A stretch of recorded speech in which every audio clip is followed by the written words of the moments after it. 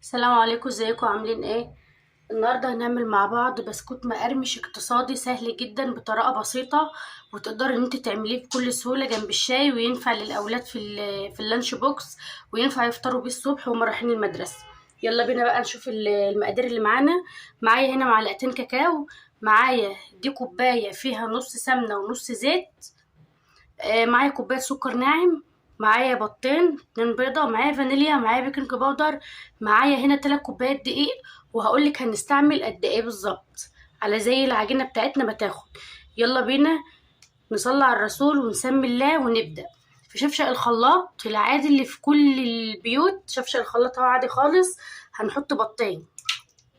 تمام. طبعا طالما في بيض يعني في فانيليا، فانيليا السايله كده، او فانيليا اللي هي البودرة عادي، مفيش مشكلة، اللي موجود عندك استخدميه. كوباية السكر الناعم، معانا كوباية السمنة على الزيت، دقيقة واحدة هتجيب معلقة.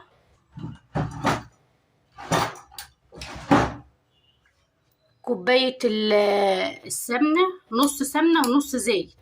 عايزة تعمليها كلها سمنة مفيش مشكلة، نص زبدة ونص سمنة ماشي تمام، نص زبدة ونص زيت ماشي برضو الكلام، كل حاجة متاحة براحتك خالص اللي انت عايزاه.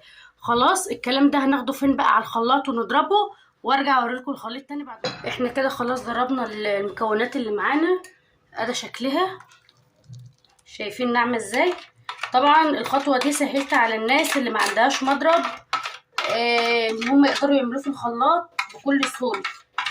شايفين مفيش اي حاجة متبقية خالص، ناعم كلته زي الفل معانا. طيب هنعمل بقى بعد كده ايه بقى؟ احنا هنا ضربنا خلاص السكر والسمنة على الزيت على البطين. هنا معايا الدقيق خلاص، نركن بس الكاكاو على جنب. هاخد كده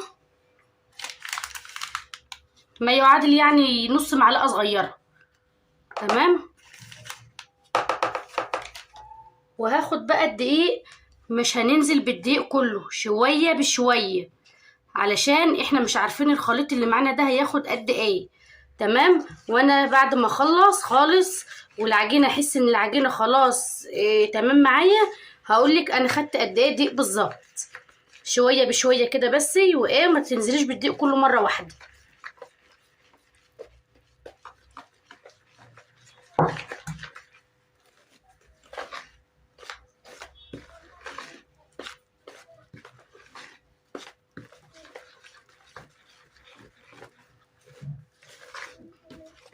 كده العجينه لسه عايزه معانا دقيق، ما تعجنيش، البسكوت ما بتعجنش. شويه كمان.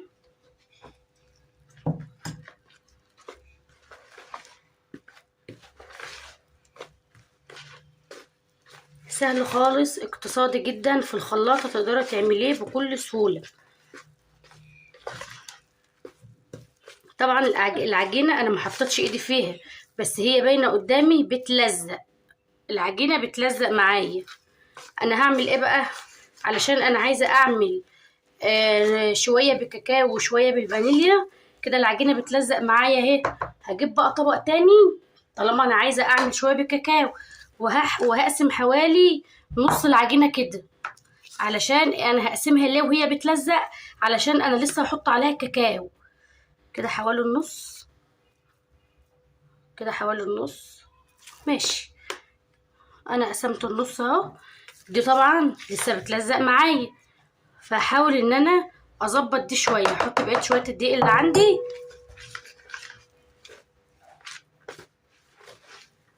واحاول باطراف صوابعي واظبط العجينه.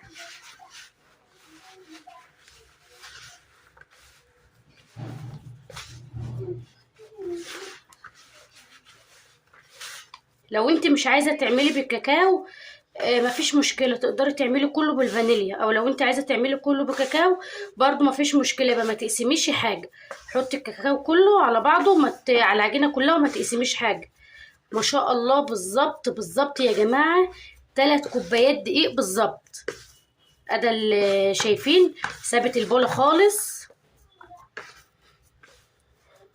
ما شاء الله. هي كده سابت البوله خالص. شايفين البوله نضيفه ازاي كده؟ دي ايه؟ دي اللي بالفانيليا. هنركنها بقى على جنب كده. وده الطبق اللي كان فيه الدقيق خلص كله، يعني معنى كده انا استخدمت 3 كوبايات دقيق بالظبط. هركن بقى دي كده جاهزه معانا. هنيجي بقى للي بتلزق دي شويه. هننزل كده بحوالي، انا عايزاها غامقه شويه، معلقتين من الكاكاو على حسب راحتك بقى. عايزه معلقتين، عايزه واحده، 2.5، براحتك انت بقى ايه، واللون اللي انت ايه عايزاه. هنقلها بس في طبق واسع علشان اعرف المها براحتي.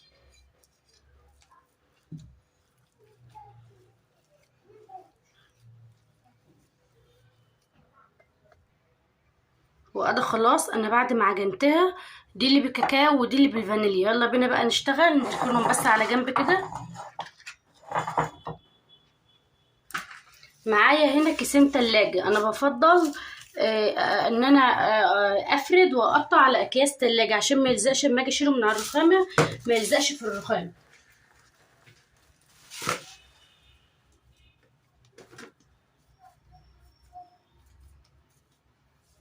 هاتي بقى اللي هي، اعمل اللي هي بالفانيليا الاول. افردي كده كيس وحطي فوقيه كيس تاني، وبالمشابة بقى ابتدي افرديها.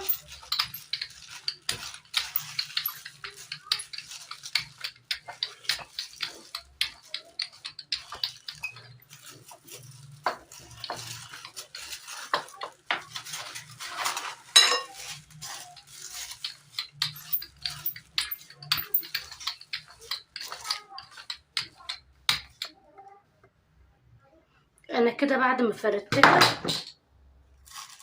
يعني انتوا شايفين سمكها، خليها حوالي سنتي كده، لان او بالكتير او سنتي يعني، لان هي لسه عليها بيكنج باودر ولسه هتعمل معانا في الفرن شويه. انا هنا بقى معايا القطاعات بتاعتي. معايا هنا قلب، ومعايا ورده، ومعايا هنا دي قطاعات ختمات عليها حروف وعليها كلام وكده. طبعا لو انت مش متاح عندك اي حاجه من دول، تقدري بكوبايه الشاي العادي، المج العادي، وتقطعي بيه، مفيش مشكله. تبتدي بقى قطعي كده، وحاولي تعمليها جنب بعضها كده علشان ما تهدريش من العجينه كتير.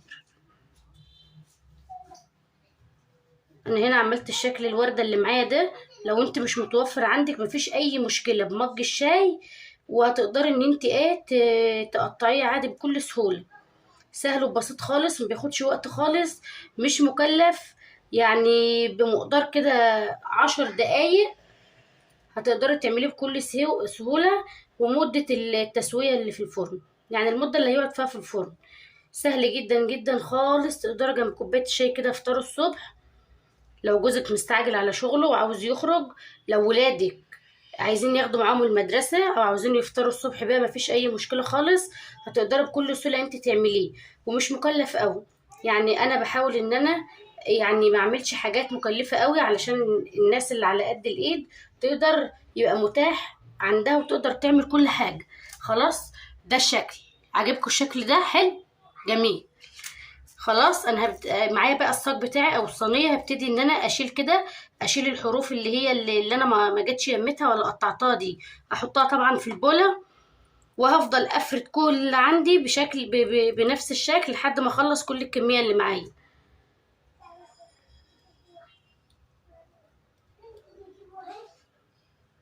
تشال معانا بكل سهوله.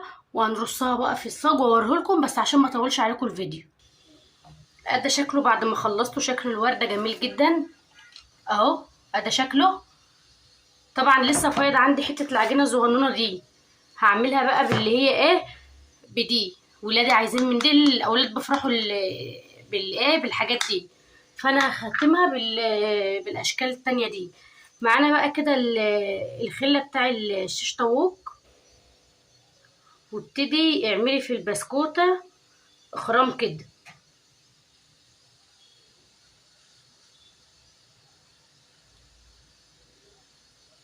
تمام بالشكل ده كده.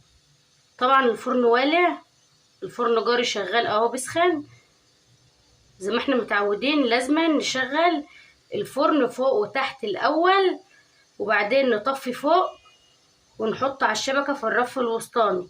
لو حسيتي ان الحاجة اللي انت بتعمليها وشها محمرش بولعيها الشواية من فوق.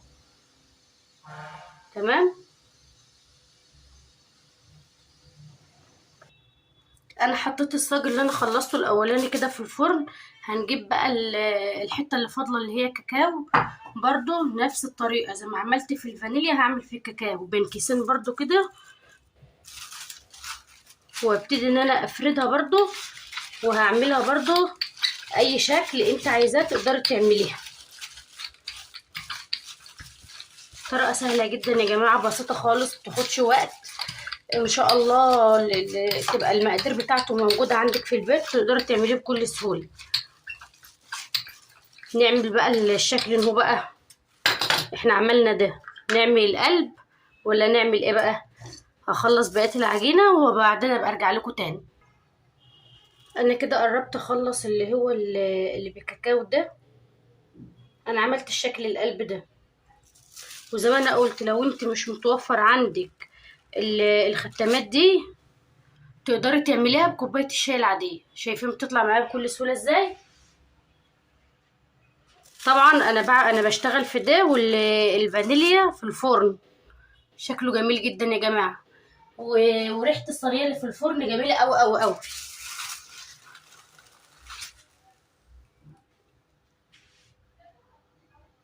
شفت بقى قد ايه هو سهل وبسيط، مش مكلف ومبياخدش وقت خالص. كده خلاص الصاج اللي معانا اتملى بالشكل ده. ادي الصاج التاني اللي معانا نفس الطريقه برضو بال بال بال بعصايه الشيش طاووق. هعمل اخرام فيه كده، لو انت مش عايزه الاخرام دي خلاص براحتك، بس عشان يبقى زي بتاع بره او زي بتاع المدرسه اللي الاولاد بياخدوه من المدرسه، بيستلموه من المدرسه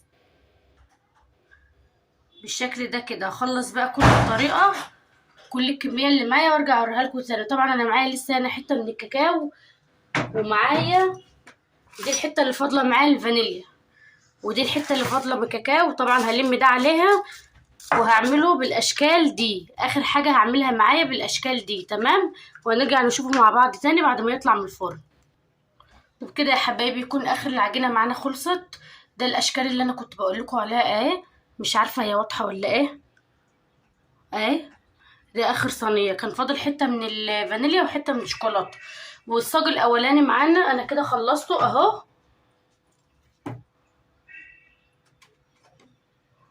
ما شاء الله، شايفين الارضيه بتاع البسكوت عامله ازاي؟ ما شاء الله ما شاء الله، حاجه زي العسل، اللهم بارك. شايفين كلته من اول بسكوته لاخر بسكوته، ما شاء الله ما شاء الله، بالف هنا. حاجه زي السكر، سهل وطريقته سهله جدا جدا ومبياخدش اي وقت خالص. انا بكده هكون خلصت الصاج الاولاني معانا، يبقى لسه الصاج التاني اللي هو اللي انا عاملاه بالكاكاو هو الوقت في الفرن، ولسه الصينيه دي. فبكده اما اخلص هرجع اوريكم كل الكميه ان شاء الله باذن الله وهي ايه، حطها على طبق التقديم بس اما يطلع من الفرن. وبكده يا حبايبي نكون خلصنا وصفة البسكوت الجميل بتاعنا. ادي البسكوت ما شاء الله ما شاء الله، حاجة زي العسل. طريقة سهلة وبسيطة خالص يا جماعة، مش مكلفة خالص، والبسكوت ما شاء الله زي العسل. شايفين يعني؟ سامعين؟ مخرفش موت يا جماعة. شوفوا مقرمش جدا جدا جدا يا جماعه، وطريقته سهله وبسيطه خالص خالص ومش مكلف.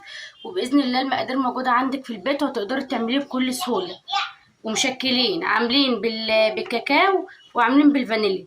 ادي الاشكال اللي انا كنت بقول عليها اهي، جميله جدا وبصراحه شيك قوي.